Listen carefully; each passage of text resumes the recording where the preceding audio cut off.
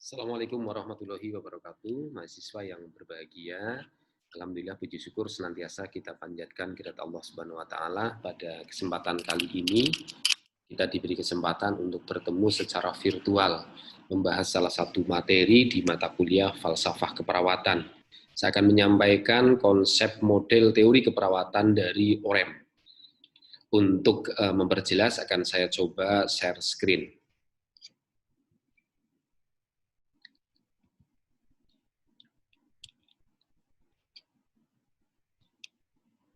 Baik, mahasiswa sekalian yang berbahagia, model keperawatan OREM. Ada sekian banyak tokoh-tokoh keperawatan dengan teori model keperawatan yang sudah dipelajari, dan pada kesempatan kali ini saya akan sampaikan dari OREM.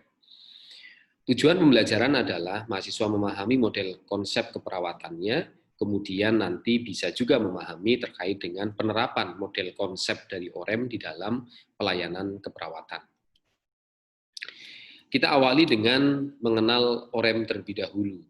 Nama lengkapnya adalah Dorothy Elizabeth OREM, lahir pada 15 Juli 14 dan meninggal pada bulan Juni tanggal 22 tahun 2007. Ya. Di Amerika, OREM terkenal sebagai salah satu penyusun teori keperawatan yang kita kenal dengan self-care deficit nursing theory, terkenal juga dengan OREM Model of Nursing.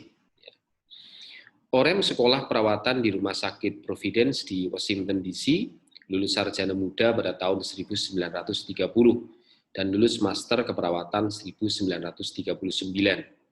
Tahun 45 bekerja di Universitas Katolik di Amerika, dan pada perjalanan karir pekerjaan, OREM bekerja sebagai staf perawat, sebagai perawat tugas pribadi, pendidik, administrasi keperawatan, dan sebagai konsultan. Ya. Sehingga ini meyakinkan ketika yang bersangkutan mengeluarkan model konsep dan teori tentang self-care deficit nursing. OREM memiliki definisi keperawatan. Jadi keperawatan yang dikembangkan oleh OREM menekankan pada kebutuhan klien tentang perawatan diri sendiri. OREM menggambarkan filosofi tentang keperawatan dengan cara keperawatan memiliki perhatian tertentu kepada kebutuhan manusia terhadap tindakan perawatan dirinya sendiri, dan kondisi serta pelaksanaannya secara terus-menerus dalam upaya mempertahankan kehidupan dan kesehatan, penyembuhan dari penyakit atau cedera, dan mengatasi hendaya yang ditimbulkannya atau keterbatasan yang ditimbulkan akibat adanya penyakit. Jadi keperawatan diarahkan ke sana untuk pemenuhan kebutuhan aktivitas secara mandiri. Perawatan diri sendiri dibutuhkan oleh setiap manusia, laki-laki maupun perempuan, orang dewasa, anak-anak. Nah, ketika perawatan diri tidak dapat dipertahankan, maka akan terjadi kesakitan atau mungkin kematian. Sehingga keperawatan berupaya untuk mengatur dan mempertahankan kebutuhan keperawatan diri sendiri secara terus-menerus bagi mereka yang secara total tidak mampu melakukannya. Jadi, pasien-pasien yang tidak bisa merawat dirinya, tidak bisa mandi, tidak bisa perawatan gigi, tidak bisa membersihkan area tubuhnya, maka akan dipenuhi itu oleh perawat, akan dibantu oleh perawat. Di situasi lain, inilah perawat akan membantu mempertahankan perawatan diri dengan melakukannya sebagian, gitu kan? Kemudian tetapi tidak seluruh prosedur. Artinya apa? Ada beberapa hal yang masih bisa dilakukan oleh pasien. Maka pasien atau klien juga akan melakukannya. Keyakinan dan nilai-nilai dari OREM. Yang pertama adalah klien. Klien dipandang sebagai individu atau kelompok yang tidak mampu secara terus-menerus mempertahankan self-care untuk hidup dan sehat, untuk pemulihan dari sakit atau trauma atau coping yang efektif.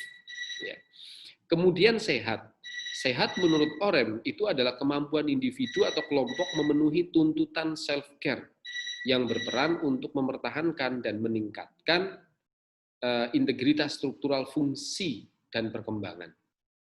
Lingkungan menurut OREM adalah tatanan di mana klien tidak dapat memenuhi kebutuhan, keperluan self-care, dan perawat termasuk di dalamnya, tetapi tidak spesifik. Kemudian keperawatan adalah pelayanan yang dengan sengaja dipilih atau kegiatan yang dilakukan untuk membantu individu, keluarga, dan kelompok masyarakat dalam mempertahankan perawatan diri yang mencakup integritas struktural, fungsi, dan perkembangan. Nah, ini keyakinan-keyakinan dasar menurut OREM. Kemudian yang berikutnya adalah Universal Self-Care Requisites atau kebutuhan yang umum pada perawatan diri. Jadi tujuan dari Universal Requisites adalah untuk mencapai perawatan diri atau kebebasan merawat di mana harus memiliki kemampuan untuk mengenal, memvalidasi, dan proses dalam memvalidasi mengenai anatomi dan fisiologi manusia yang terintegrasi dalam lingkaran kehidupan. Jadi perawat mesti paham betul terkait dengan kondisi klien.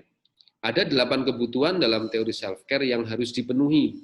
Yang pertama kebutuhan akan udara, jadi ini terkait dengan pernapasan, kebutuhan akan air, ya, kemudian kebutuhan akan makanan, kebutuhan eliminasi, kebutuhan istirahat dan tidur, kemudian kesendirian dan interaksi sosial, kemudian pencegahan risiko, dan yang berikutnya adalah promotion of normality. Di sana kebutuhan untuk proses pembelajaran, mendapatkan informasi, dan lain, agar semuanya ini bisa mengarah kepada self-care.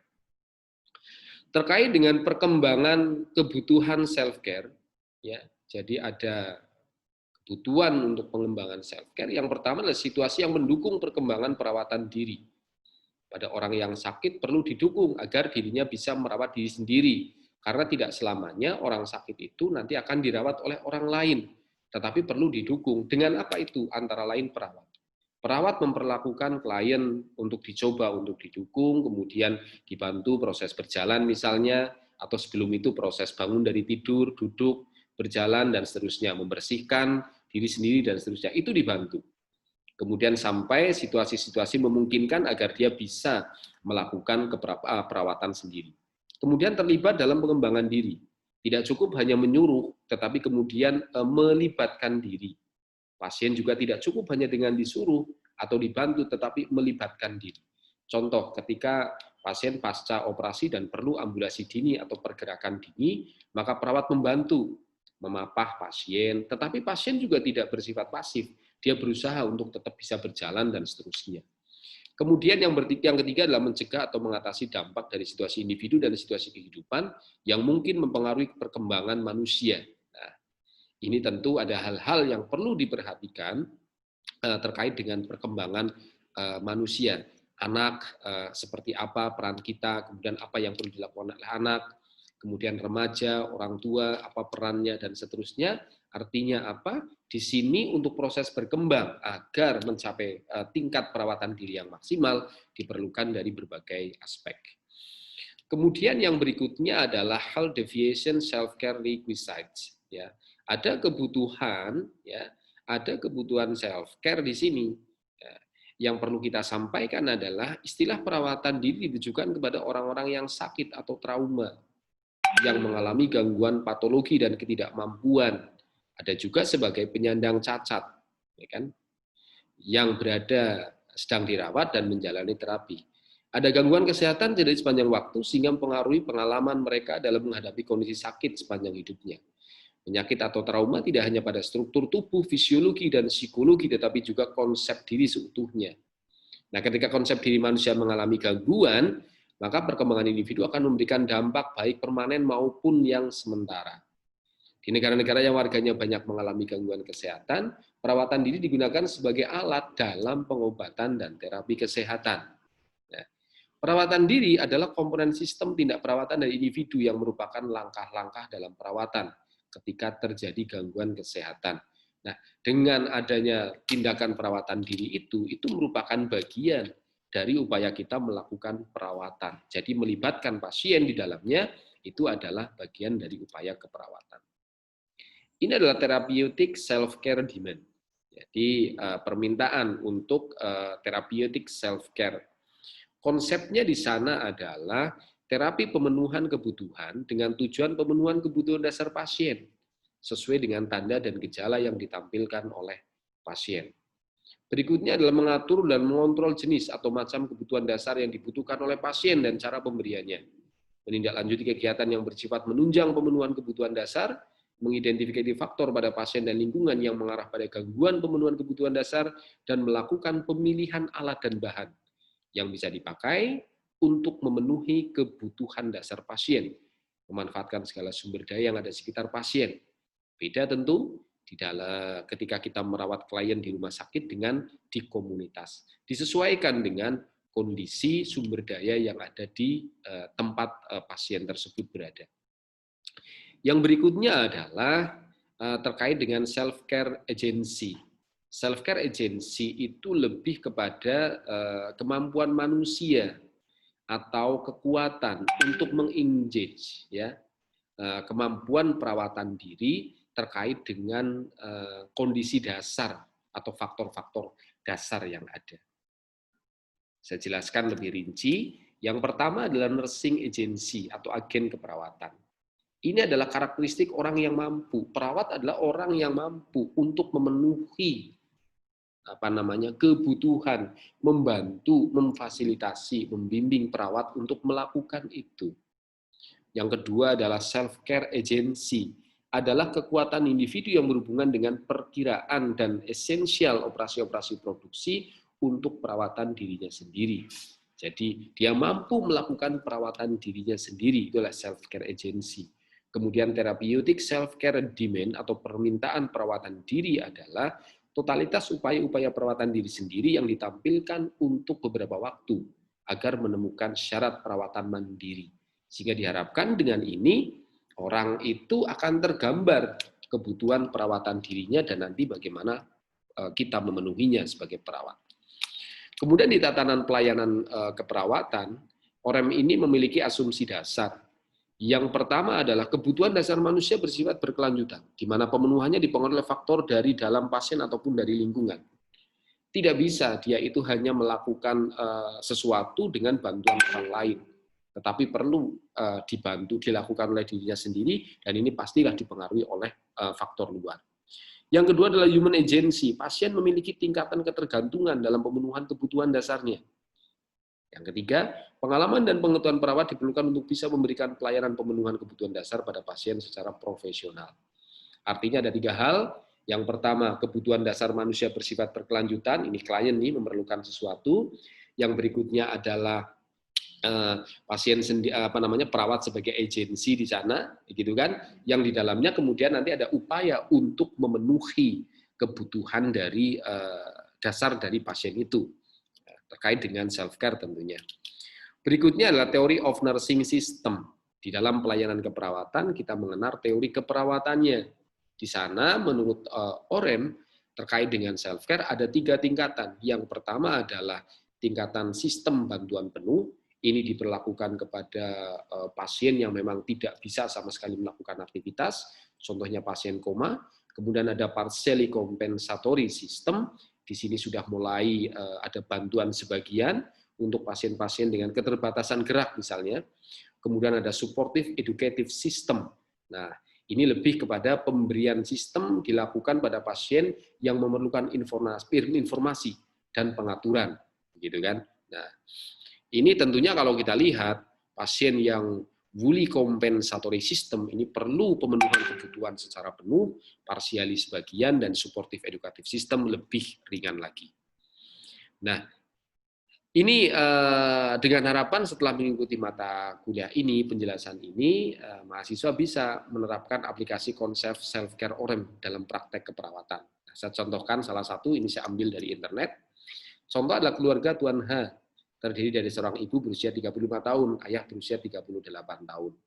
Kemudian ada 2 anak berusia 10 dan 8 tahun yang menderita penyakit asma. Pada saat kunjungan rumah, perawat mendapat data bahwa ibu sulit memenuhi therapeutic self-care demand pada anak yang sakit dan merawat anak yang sehat dan tidak mampu melakukan perawatan yang selayaknya. Tuan H berusaha untuk memenuhi kebutuhan yang seharusnya, tetapi tidak mampu untuk memenuhi perawatan anggota keluarganya. Nyonya H memiliki pengalaman yang kurang dalam mempertahankan intake makanan yang adekuat. Kemudian keseimbangan antara istirahat dan aktivitas, dan keseimbangan antara solitude, kesepian, dan interaksi sosial.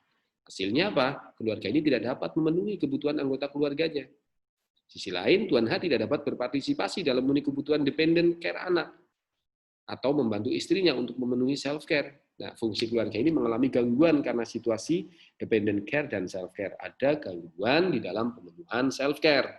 Nah, maka apa yang kita lakukan? Pertama, mengkaji faktor personal, mengkaji ada nama dan seterusnya di situ, kemudian kita petakan di universal self care, ya.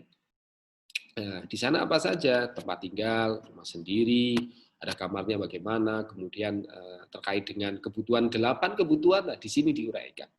Kemudian ada development self care, keluarga dengan anak bisa sekolah, salah satunya menderita penyakit kronis, asma kan, kemudian peran orang tua dan seterusnya. Kemudian ada apa? Health deviation, keluarga tidak mampu merawat anak yang sakit asma, mestinya kan bisa merawat. Deviasinya di sini tidak bisa merawat. Keluarga tidak mampu memenuhi kebutuhan anak sakit.